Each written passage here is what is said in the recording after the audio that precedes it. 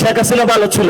এখন এই পরিস্থিতি দেখতে পাচ্ছি সবাই খারাপ, কেউ চান্দাবাজ, কেউ দুর্নীতিবাজ, কেউ সন্ত্রাসী, কিন্তু একজন আল্লাহ উপস্থিত হয়েছেন, উনি সব ভালো। উনি ট্রাফিক সিগন্যালে দাঁড়িয়ে যান, বিদ্যুৎ কমিয়ে দেন, সব কিছু উনি ভালো কাজ করে। প্রধানমন্ত্রী হলো গাড়ি ট্রাফিক সিগন্যালে দাঁড়িয়ে যায়। আবার দেখতে পাচ্ছি বিদ্যুৎ খরচ কমিয়ে দিচ্ছেন।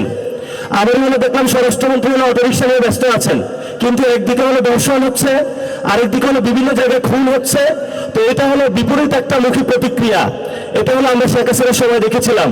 শেখ হাসিনা কতক্ষণ বনে মাছ ধরত, কতক্ষণ তাহাজ্জুদের মুনাজাত দিত। তো একজনকে ফেসিস্ট সিস্টেমের কাঠামো অনেক উপরে উঠানো হয়েছে। সবাই দুনিয়ার খারাপ, শেখ হাসিনা ভালো ছিল।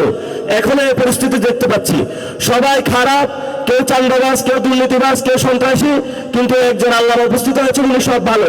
উনি ট্রাফিক সিগন্যালে দাঁড়িয়ে যান, বিদ্যুৎ কমিয়ে দেন, সব কিছু উনি ভালো কাজ করে। কিন্তু আমি আপনাদেরকে অনুরোধ করব, আপনারও মেয়ে সন্তান আছে দুইজন, আপনার ওয়াইফ আছে, আমাদের মা বোন আছে, অনেক কষ্টের জায়গা।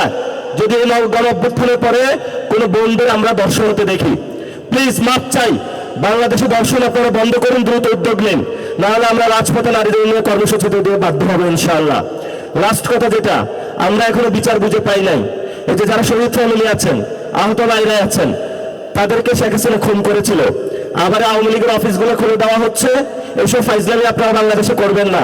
যদি আপনারা ফাইজলামি করতে চান, তাহলে কিভাবে হলো আপনাদেরকে সাইজ করতে হয় সেটাও আমরা জানি।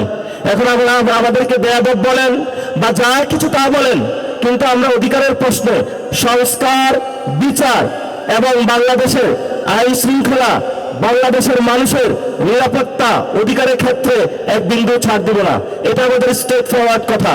এবং আপনারা যদি আসেন, রাজপথে লড়াই হবে, কিন্তু আমরা এই ক্ষেত্রে এক বিন্দু ছাড় দিতে রাজি না। এজন্য যারা আপনারা আজকে ইফতার মাহফিলে উপস্থিত হয়েছেন, লড়াই মাত্র শুরু হয়েছে, ইনশাআল্লাহ লড়াই চলবে।